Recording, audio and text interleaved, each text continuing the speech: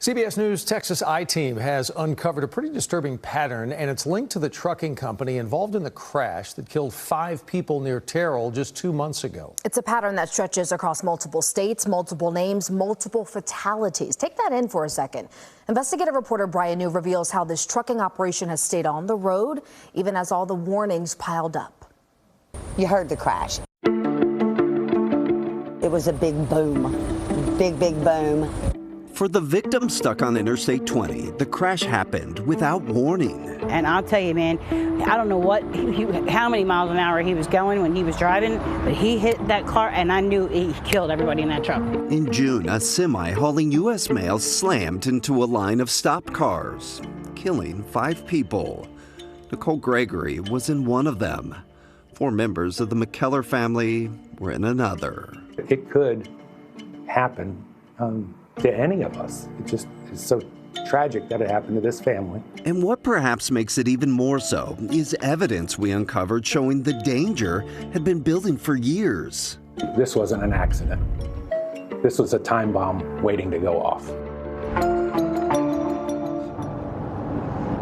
The truck driver told investigators he was going down this stretch of Interstate 20 when he fell asleep.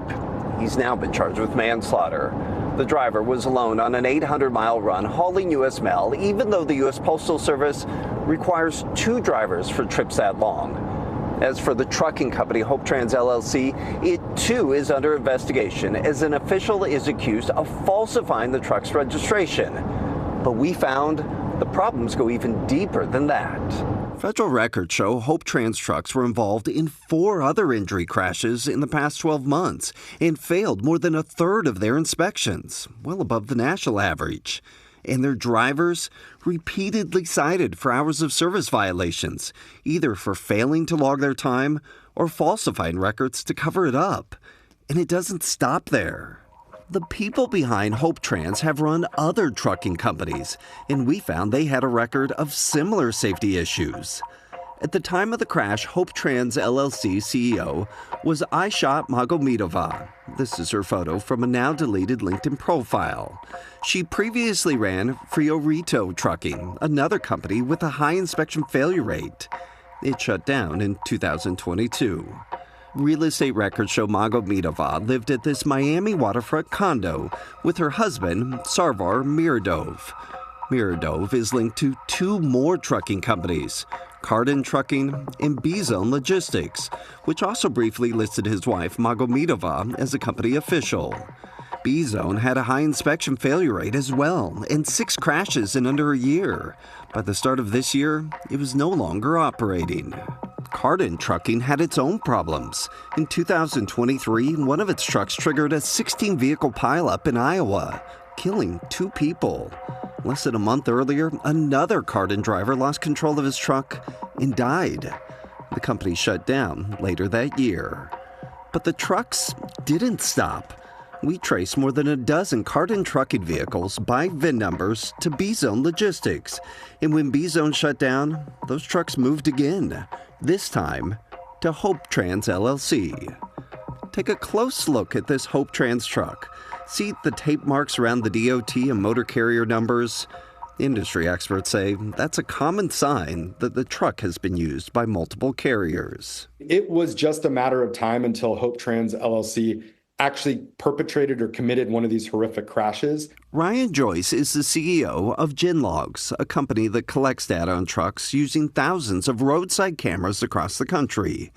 In the days and weeks after the fatal crash in June, Genlogs spotted Hope Trans trucks still out on the roads in Arkansas, Arizona, Indiana, and 21 other states, including Texas. Meaning despite all their safety issues, brokers were still hiring them. Last month in North Carolina, a Hope Trans driver was cited for failing to log their driving hours. In Colorado, another was caught filing a false report about their time behind the wheel. I have seen very little since then to say that they have changed their behavior at all. Joyce says the data his company has collected on Hope Trans, both before and after the crash, show a clear pattern of problems. And that pattern, he says, appears to be continuing. Most shocking to me is that someone continues to give them loads, that despite there being this family of four and another person that was killed, and this being a national issue that's being highlighted by CBS and others, there are still freight brokers that are assigning loads to Hope Trans LLC, and that is really disappointing. So federal records online show that Hope Trans LLC's insurance is now pending cancellation, meaning if they can't find new coverage, the company may be forced to shut down. Doug, Nicole, we attempted to reach out to the company through various phone numbers and email addresses, but so far, no response. You know, Brian, it really is a lot to take in when you look at the pattern, like you all put it in the introduction there, of just how much life was lost over these issues with the company. I know that you've uncovered a lot about Hope Trans. You also reached out to the broker because they're a key part in all of this. They contracted them for the run that ended in the crash in Terrell. What'd they tell you?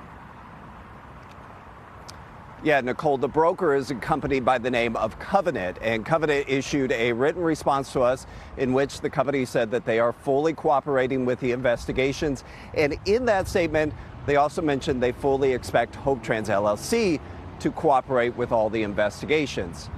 But the question of accountability goes wider.